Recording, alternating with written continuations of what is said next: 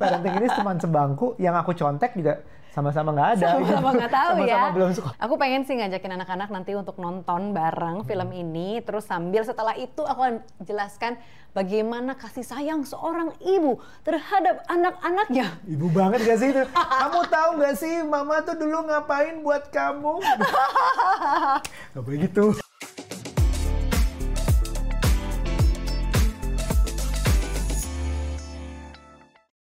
Halo parents, kembali lagi di podcast Curhat Babu, curhatnya Bapak dan Ibu. Hai. Hai parents, kita baru merayakan anniversary yang ke-12.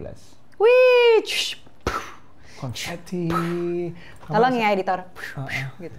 Kamu rasanya gimana? Aku 12 tahun loh, achievement gak tuh? achievement lah kayak wow gitu, 12 tahun, 2 digit loh. 12 tahun lalu kita berijab kabul, menjanjikan untuk apa? Kita janji apa sih? Nggak tahu ya, nggak tahu juga sih.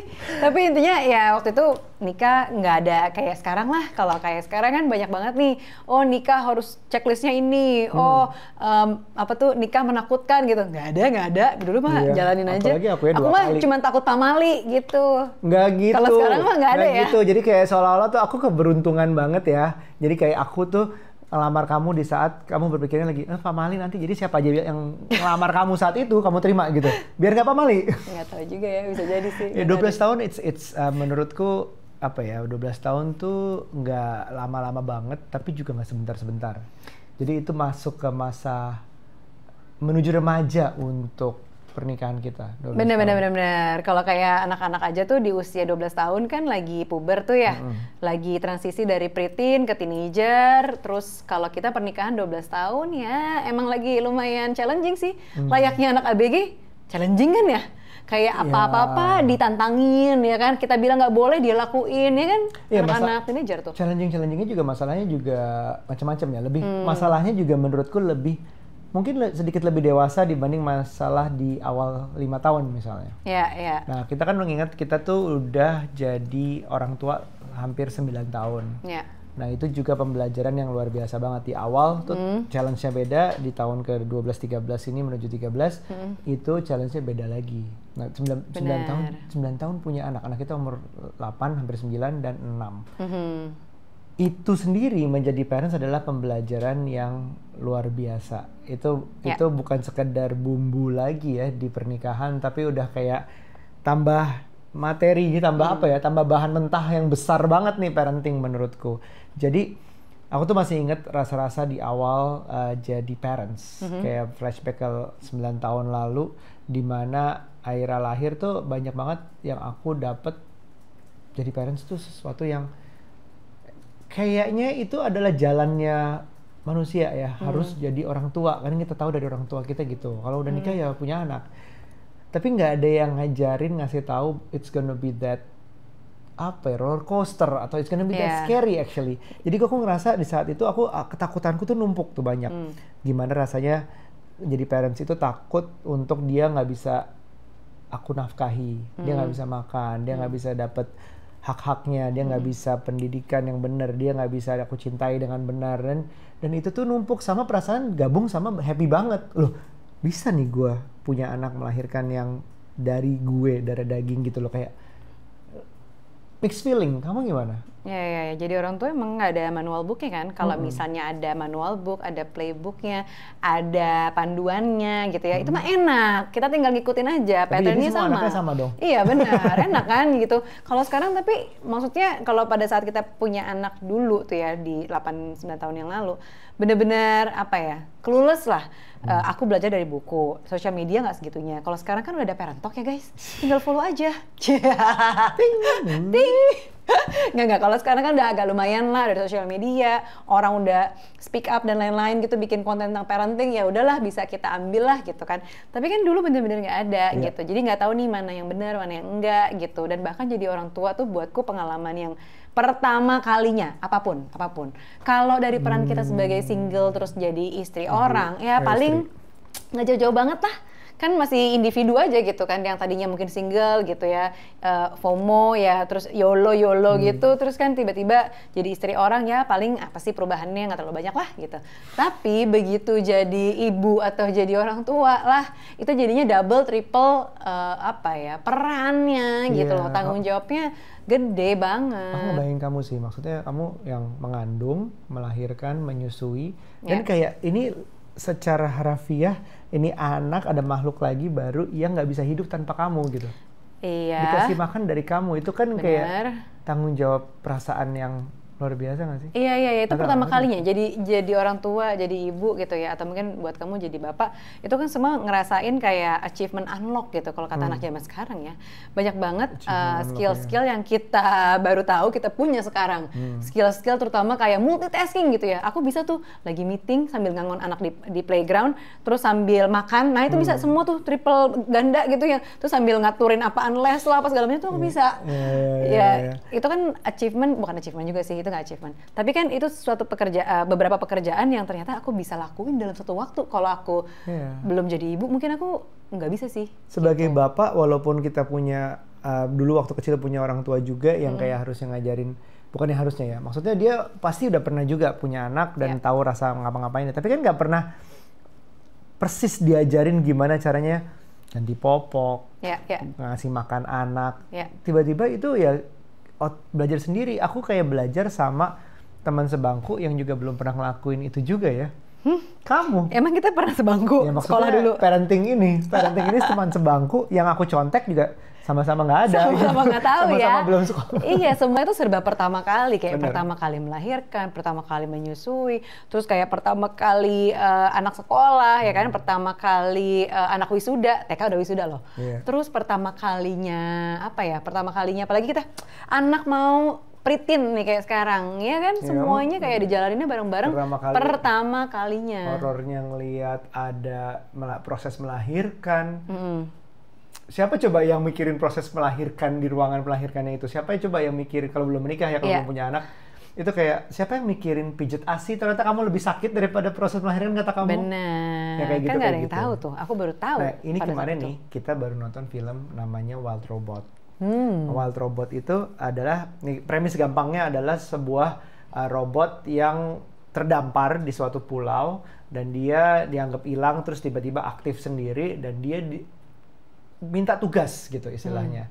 Akhirnya dia menemukan bahwa sebuah telur yang mau menetas, telur angsa, dan dia end up jadi parents dari telur itu. Nah, itu sama-sama clueless-nya, mungkin kira-kira perasaannya sama kayak kita, nggak tahu nih gimana nih, apa makhluk seperti apa, kita juga nggak pernah, kita tahu itu bayi, tapi kayak gimana ini actually, aku aja nggak pernah gendong bayi baru lahir sebelum anakku sendiri gitu. Bener, pada saat nonton Wild Robot itu tuh aku di menit keberapa udah mulai berkaca-kaca. Nah, tapi nangisnya baru di terakhir gitu. Ya, bener, karena aku ngebayangin rasanya, maksudnya sangat relate ya dengan sebagai ibu-ibu ini ketika inget dong pas ada satu scene gitu ya di mana si robot ini, Ross, itu tuh udah punya task bahwa seorang anak gitu ya, dalam hal ini kan si angsa ini, anak angsa, tugasnya apa aja gitu, dia sebagai parentsnya harus ngapain aja. Itu sama banget kayak kita tuh kayak by default udah tahu bahwa kita tuh harus melindungi anak kita, kita tuh harus begini begitu gitu. Dan bahkan nih kalau kita sambungin ke undang-undang nih, tahu nggak sih kamu di undang-undang aja itu tuh ada loh hak-hak anak yang harus kita penuhi. Jadi tanpa kayak harus memikirkan tugas kita sebagai orang tua apa, tapi mereka tuh secara undang-undang punya hak. Ada 10 poinnya. Cuman yang paling aku ingat adalah pertama kayak hak perlindungan. Jadi anak-anak tuh harus dilindungin dari kekerasan. Nah, ini kan di luar sana banyak banget kejadian-kejadian yang nggak melindungi anaknya gitu loh. Yang bahkan yang menjadi pelaku kekerasan itu adalah orang tua sendiri lah gitu, atau lingkungan terdekatnya. Itu kan sebenarnya sesuatu yang sangat menyedihkan. Terus kedua, hak yang aku ingat juga, hak anak tuh adalah bermain. gitu. Nah, kadang-kadang kita tuh lupa gitu kalau anak-anak tuh boleh kok main kayak punya teman lah atau main sama orang tuanya karena justru dari situ mereka tuh banyak belajar. Benar. Gitu. Itu cara terbaik buat belajar malah. Terus sama kayak hak mereka tuh untuk mendapatkan pendidikan kayak sekolah gitu-gitu. Nah, itu kan tugas-tugas dasar yang kita paling ingat gitu. Oh iya, kayak sekarang nih misalnya, kita tuh kerja capek-capek buat apa sih gitu. Oh iya buat sekolahnya anak. Oh iya buat misalnya bangun rumah. Oh iya buat kasih asuransi misalnya gitu. Jadi kan banyak banget hal-hal yang kita pikirkan kemarin-kemarin atau saat ini adalah buat anak. Ya nggak sih dikit-dikit mikirannya buat mereka makan lah, buat mereka ke dokter, buat vaksin lah, buat apa. Pasti ya kan? banyak di luar sana yang juga kayak ya udah gue beli bajunya yang makin sedikit aja, makin murah aja, tapi anak gue biar dapet gitu. Itu pasti banyak banget. Dan yang aku inget dari Wild Robot ya, jadi kayak walaupun dia taunya cuma based on beberapa tugasnya aja, kayak kita tahu mungkin kita harus ngasih makan, kita harus mandiin apa segala macam, itu udah tugas-tugasnya tahu.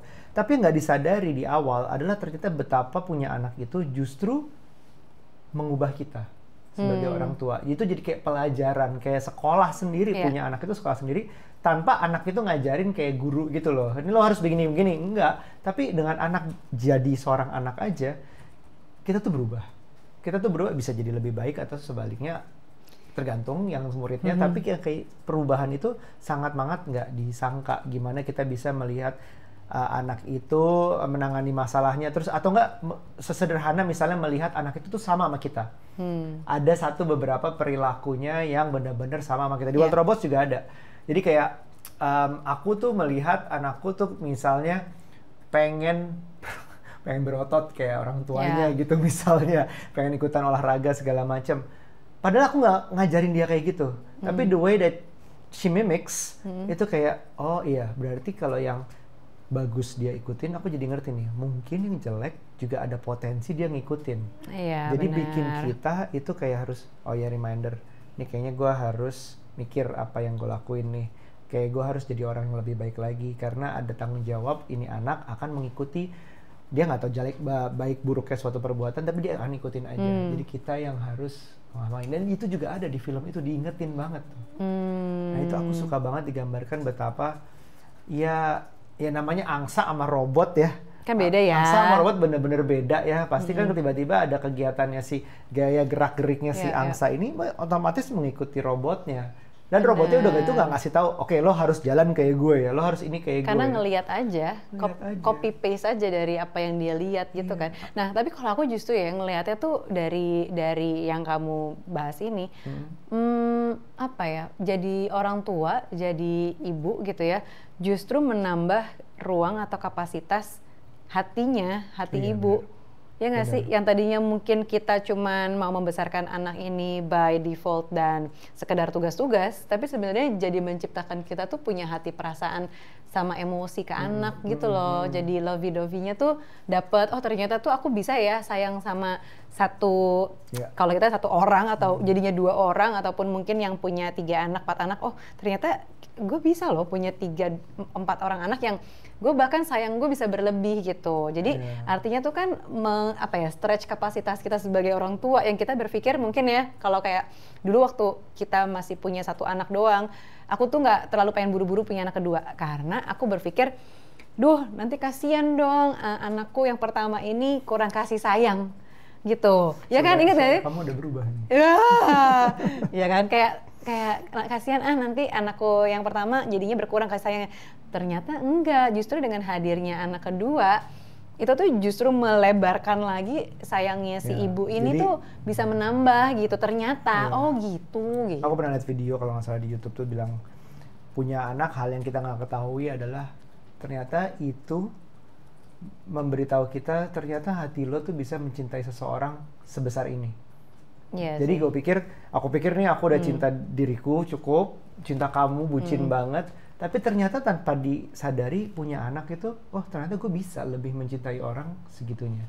Dan itu kerasa banget sih. Malah bisa lebih sayang sama anaknya daripada sama pasangan. Bisa jadi bahaya ya. Tapi tetap aja itu possible banget. Nah, terus aku juga ngelihat di film ini tuh ada quotes tuh kalau nggak salah di trailernya juga ada in order to survive atau to grow kalau nggak salah lo harus bisa melakukan di luar yang lo diprogram. Ya benar. Nah kalau robot kan diprogram, tapi manusia memang sudah bukan diprogram ya, diajarin sama culture sebelumnya, sama generasi sebelumnya, sama culture, sama agama segala macam itu kita udah masuk ajarin. Tapi untuk grow kita harus bisa adapt kayaknya sih. Udah harus bisa kayak melebihi dari apa yang ditanamkan di dalam program kamu itu kan. Benar. Jadi kalau misalnya kita udah diajarin apa, tiba-tiba si anak nggak ada nih di pelajaran nih, dia berlakunya beda sama yang ada di kita diajarin. Ya kita harus adapt sesuai dengan anaknya itu. Ada momen-momennya yang aku suka adalah di mana kayak anak itu lakuin yang terbaik versi lo. Ada momennya di situ di mana kita nggak perlu ngajarin hal yang sama persis yang udah kita tahu, tapi kita boleh ngajarin kalau dia punya caranya sendiri selama itu menuju lebih baik, biarkan dia ngelakuinnya. Dan itu yang aku juga ingat dari film itu sih. Ya entah itu cara dia berjalan, cara dia terbang, cara dia berenang, cara dia apapun itu. Ya if you have your own way and it works, why not gitu.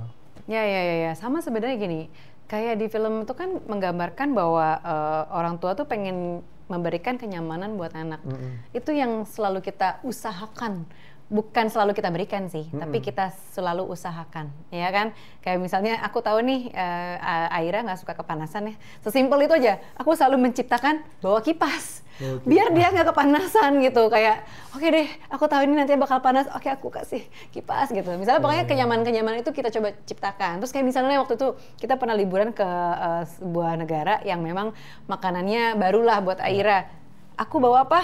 Bawa kremesan, karena aku tahu Aira paling bisa makan sama nasi sama kremes dulu. Kayak yaudah deh, daripada nggak makan anak gue, ya udah deh kremes deh ini gue bawa gitu.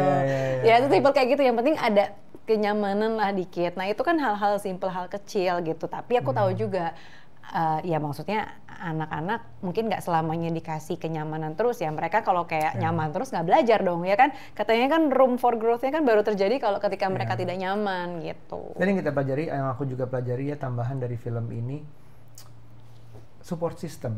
Iya. Bahwa oke, kita bisa memberikan sebisa mungkin sebagai orang tua, tapi ternyata anak butuh lebih gitu menurutku. Jadi it takes a village to raise a child, itu benar banget. Kalau di film ini it takes a jungle mungkin ya, satu hutan ya. Bener. Tapi emang anak itu menurutku ada benernya banget bahwa dia nggak bisa hidup dengan cuma 2 orang tua tuh. Saat ini anak kita juga belajar dari siblings, saudara-saudaranya. Anak kita juga belajar dari nenek-neneknya sekarang. Sering banget juga ketemu mereka. Bahkan anak-anak kita juga belajar dari mbak di rumah. Anak kita juga belajar dari tim di kantor. Jadi banyak banget memang mau nggak mau kita sebagai manusia makhluk sosial itu emang segitu, emang begitu. Udah rencana nggak direncanain, berdua aja itu akan sangat challenging.